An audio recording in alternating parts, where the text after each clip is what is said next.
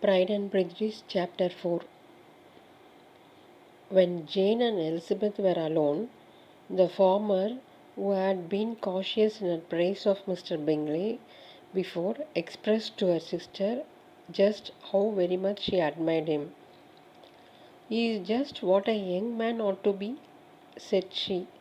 "Sensible, good humoured, lively, and I never saw such happy manners, so much ease, with such perfect good breeding."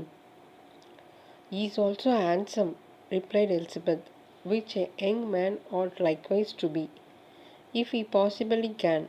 His character is thereby complete. I was very much flattered by his asking me to dance a second time. I didn't I did not expect such a compliment. Did not you? I did for you. But that is one great difference between us. Compliments always take you by surprise, and me never. What could be more natural than his asking you again? He could not help seeing that you were about 5 times as pretty as every other woman in the room. No thanks to his gallantry for that. Well, he certainly is very agreeable, and I give you leave to like him. You have liked many a superior person. Dear Lizzie, oh, you are a great deal too apt. You know to like people in general. You never see a fault in anybody. All the world are good and agreeable in your eyes. I never heard you speak ill of a human being in your life."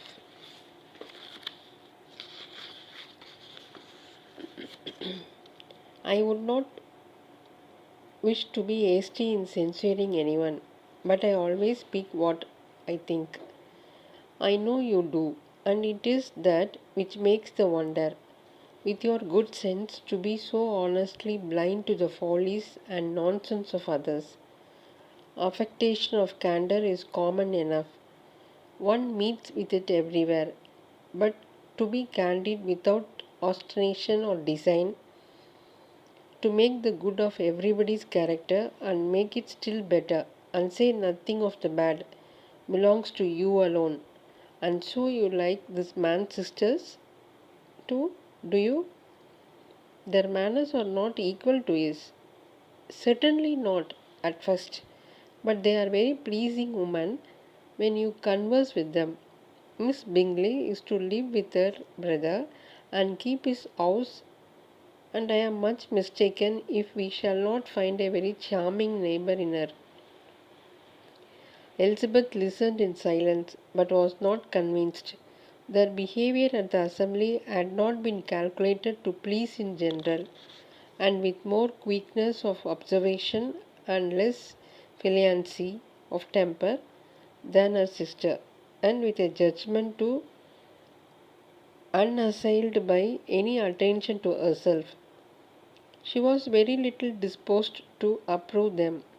They were in fact very fine ladies, not deficient in good humour when they were pleased, nor in the power of making themselves agreeable when they chose it, but proud and conceited. They were rather handsome, had been educated in one of the first private seminaries in town, had a fortune of £20,000, were in the habit of spending more than they ought, and of associating with people of rank, and were therefore in every respect entitled to think well of themselves and meanly of others. They were of a respectable family in the north of England, a circumstance more deeply impressed on their memories than that their brother's fortune and their own had been acquired by trade. Mr. Bingley inherited property to the amount of nearly £100,000 from his father, who had intended to purchase an estate, but did not live to do it. Mr. Bingley intended it likewise, and sometimes made choice of his county. But as he was now provided with a good house and the liberty of a manor, it was doubtful to many of those who best knew the easiness of his temper, whether he might not spend the remainder of his days at Netherfield and leave the next generation to purchase. His sisters were anxious for his having an estate of his own, but though he was now only established as a tenant, Miss Bingley was by no means unwilling to preside at his table, nor was Mrs. Hurst, who had married a man of more fashion than fortune, less disposed to consider his house as her home when it suited her. Mr. Bingley had not been of age 2 years when he was tempted by an accidental recommendation to look at Netherfield House. He did look at it and into it for half an hour, was pleased with the situation and the principal rooms, satisfied with what the owner said in its praise, and took it immediately. Between him and Darcy there was very sturdy friendship. In spite of great opposition of character, Bingley was endeared to Darcy by the easiness, openness, and ductility of his temper.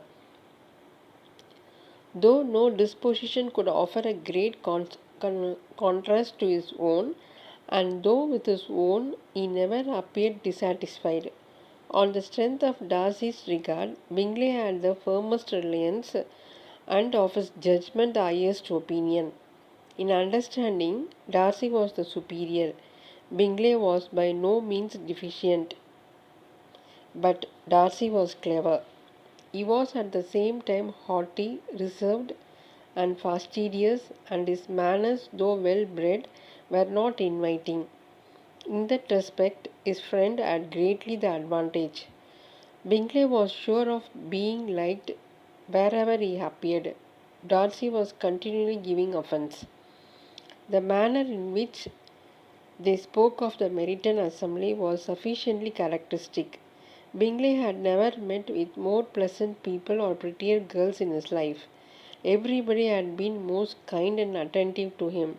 There had been no formality, no stiffness. He had soon felt acquainted with all the room, and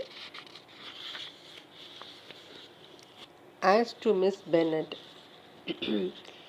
he could not conceive an angel before beautiful. Darcy, on the contrary, had seen a collection of people in whom there was little beauty and no fashion, for none of whom he had felt the smallest interest, and from none received either attention or pleasure. Miss Bennet he acknowledged to be pretty, but she smiled too much. Mrs. Hurst and her sister allowed it to be so, but still they admired her and liked her, and pronounced her to be a sweet girl, and one whom they would not object to know more of. Miss Bennet was therefore established as a sweet girl, and their brother felt authorized by such commendation to think of her as he chose.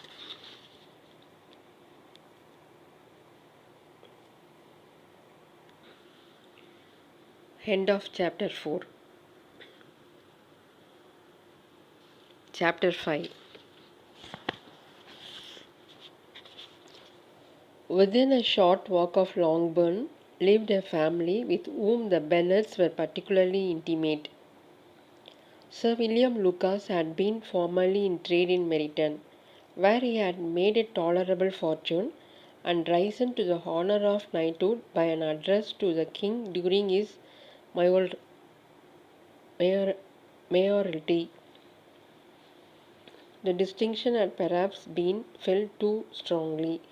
It had given him a disgust to his business and to his residence in a small market town, and in quitting them both he had removed with his family to a house about a mile from Meryton, denominated from that period Lucas Lodge, where he could think with pleasure of his own importance and, unshackled by business, occupy himself solely in being civil to all the world. For, though elated by his rank, it did not render him supercilious. On the contrary, he was all attention to everybody. By nature inoffensive, friendly, and obliging. His presentation at St. James had made him courteous.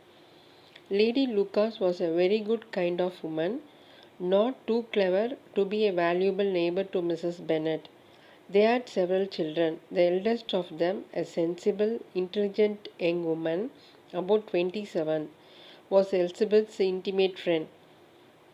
That the Miss Lucases and the Miss Bennet should meet to talk over a ball was absolutely necessary.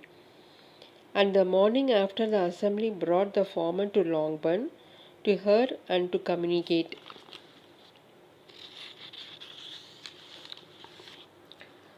You began the evening well, Charlotte, said Mrs. Bennet with civil self command to Miss Lucas. You are Mr. Bingley's first choice. Yes, but he seemed to like his second better. Oh, you mean Jane? I suppose because he danced with her twice. To be sure, that did seem as if he admired her. Indeed, I rather believe he did. I heard something about it, but I hardly know that something about Mr. Robinson. Perhaps you mean what I overheard between him and Mr. Robinson? Did not I mention it to you? Mr. Robinson's asking him how he liked our Meryton assemblies, and whether he did not think there were a great many pretty women in the room, and which he thought the prettiest, and his answering immediately to the last question, oh, the eldest Miss Bennet. Behind a double, behind a doubt, there cannot be two opinions on that point. Upon my word. Well, that is very decided indeed. That does seem as if, but however, it may all come to nothing to you. My overhearings were more to the purpose than yours, Eliza, said Charlotte. Mr. Darcy is not so well worth listening to as his friend, is he? Poor Eliza, to be only just tolerable.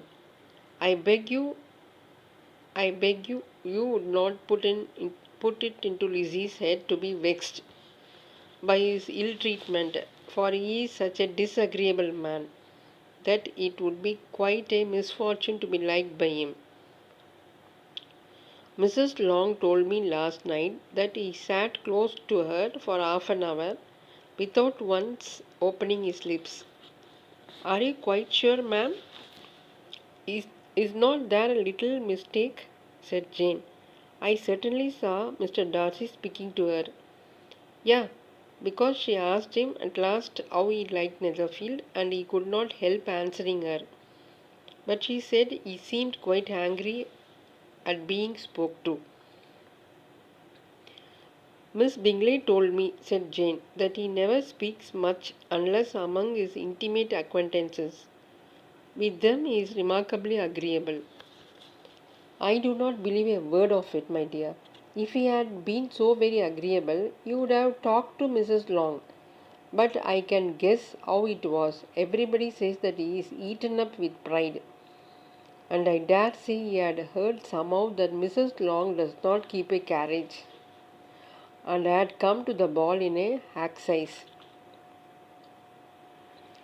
I do not mind his not talking to Mrs. Long, said Miss Lucas, but I wish he had danced with Eliza. Another time, Lizzie, said her mother, I would not dance with him if I were you. I believe, ma'am, I may safely promise you never to dance with him.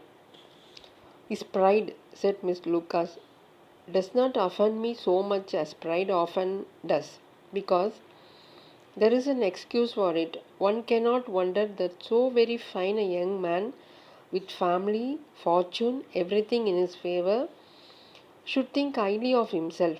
If I if I may so express it, he has a right to be proud.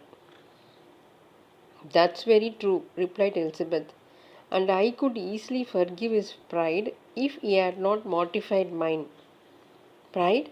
Observed Mary, who piqued herself upon the solidity of her reflections, is a very common failing. I believe, by all that I have ever read, I am convinced that it is very common indeed, that human nature is particularly prone to it. and that there are very few of us who do not cherish a feeling of self-complacency on the score of some quality or other, real or imaginary. Vanity and pride are different things, though the words are often used synonymously. A person may be proud without being vain. Pride relates more to our opinion of ourselves, vanity to what we would have others think of us.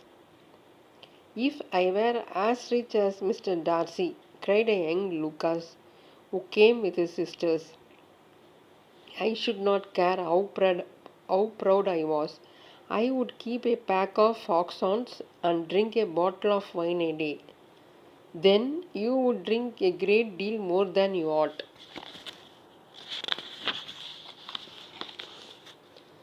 said Mrs. Bennet, and if I were to see you at it, I should take away your bottle directly. The boy protested that she should not. She continued to declare that she would, and the argument ended only with the visit. End of chapter 5.